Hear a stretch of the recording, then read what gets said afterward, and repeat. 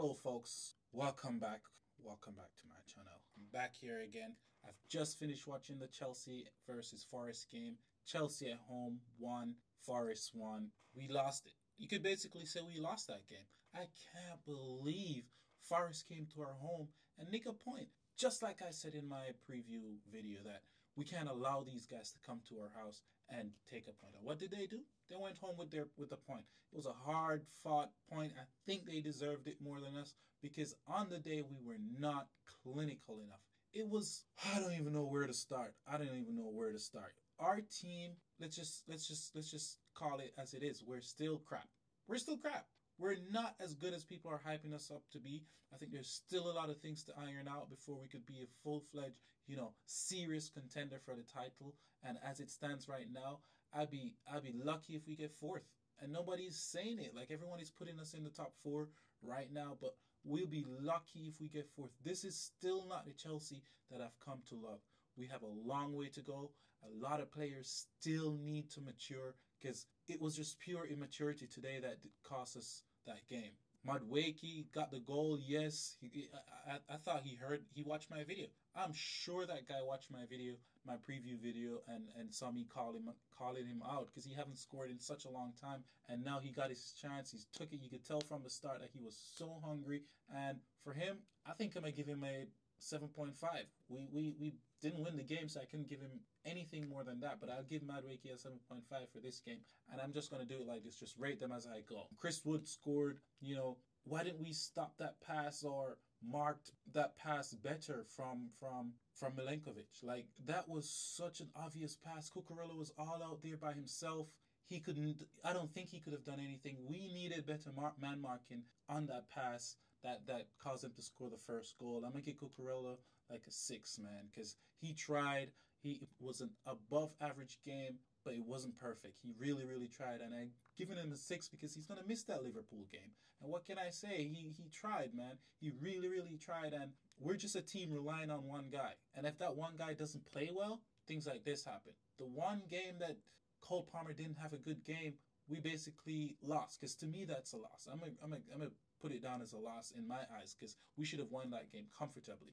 We know what they were going to come to do. We played their game for the first half of the match where we were just slow, taking our time to shift the ball. The ball wasn't moving around fast enough.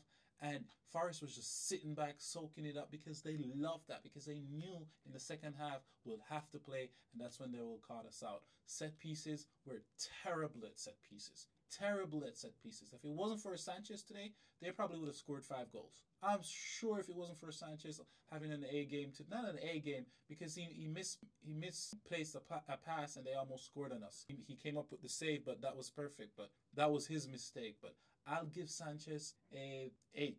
I'm gonna give him an 8 because he was near perfect today, but not perfect enough because of that one pass. I've been watching Cole Palmer and he argues with the team a lot. And I'm wondering if it's because that's how he is. He's always arguing, or he's just demanding more from his players.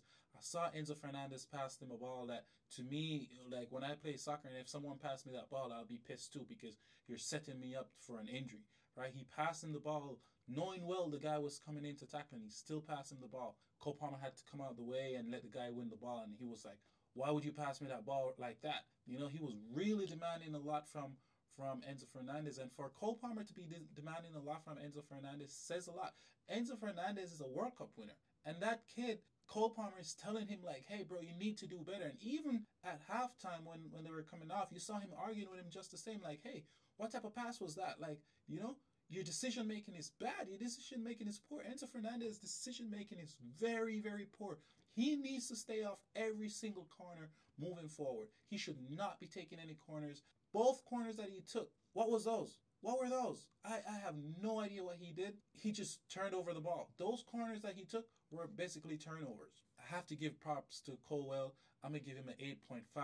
He defended his heart out. There's so many times when they could have scored up on us if it wasn't for him throwing his body on the line, saving us that goal. They would have scored a lot more, I think. He worked so hard to the point where he got injured and have to come off. So I'm going to reach out and give him an 8.5 on this one. I was really happy with his performance, and I really hope he could get fit by the time the Liverpool game comes around. Some part of me is happy that he picked up a knock because I know he won't be playing for England, which is a good thing for me over here. I'm not English. I'm watching this all the way from America, so I could care less about the English team. I want my players to be fit. That's all I want. I want my players to be fit. And the less of them that could go out on international duty, the better it is for me. Let's talk about Morello on Forest. That guy played his heart out, man. He was one of them, him and the goalkeeper, single handedly kept Forest in this game. Single handedly kept Forest in this game. He put on a shift versus Madueke, man. Even though sometimes Madueke got the better of him, he still tried. He still put his body on the line. He still fought to the entirety of the game. The entirety of the game, this guy was fighting the entire time.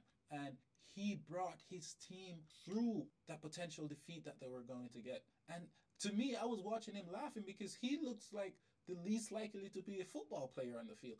That guy looks nothing like a football player. And look at him. He's so talented. That shot that he took, I thought that was going in, honestly. That was a stinger. And the fact that Sanchez saved that was just so surprising to me, man. That was really impressive. I have one complaint with one of our defense, Fofana.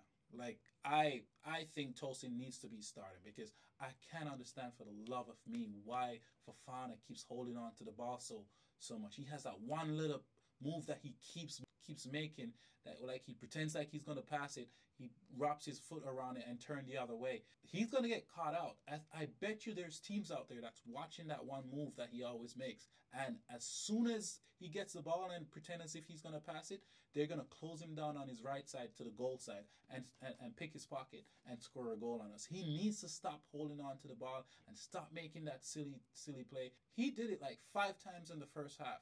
Slow down the play. He should be giving the ball to Madueke. You could see many times during the game, especially in the first half, Madueke was pissed. Like, bro, pass me the ball. Stop turning it back. Stop holding it up. Stop slowing up the game. Pass me the ball so I could take this guy and have a chance to run at the goal.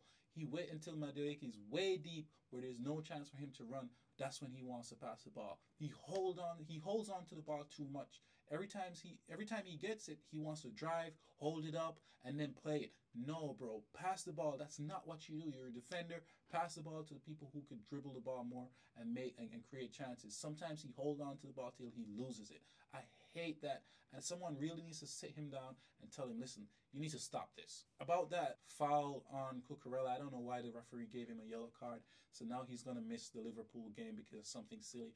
I didn't see what he did wrong apart from that shoulder to shoulder with that player, and then he got pushed into Maresca, and that when I saw that and saw the reaction from the bench and the players on the field, how they ran on to the field and ran to hold that guy and check him just for the manager. I was like, wow, these guys really love the manager because it was like instant. As soon as he pushed Cucurella into Maresca, everybody swarmed.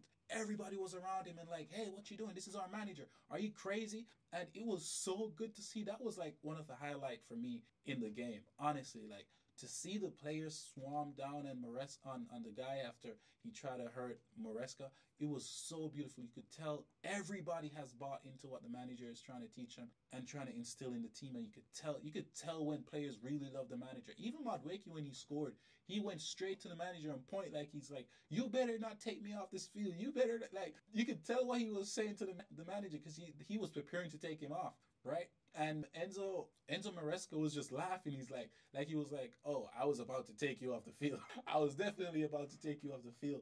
But the way how he went to him pointing at the manager like, where are you gonna take me off? It was so funny to see, and you could tell they really love the manager. But on a whole, let's just get back down to it. The premise of this is we were not clinical at all. We were not. We got so many chances. Joel Felix needs to step up. Like, honestly now, like it's getting ridiculous. He needs to step up. He got so many chances. That header that came across, why is he not scoring that? Joel Felix. Like, bro, you are a top player. You've played for some of the best teams in the world. Like, why are you not scoring those? You're at this point, he's just a pass because he came on. I don't see what he's done.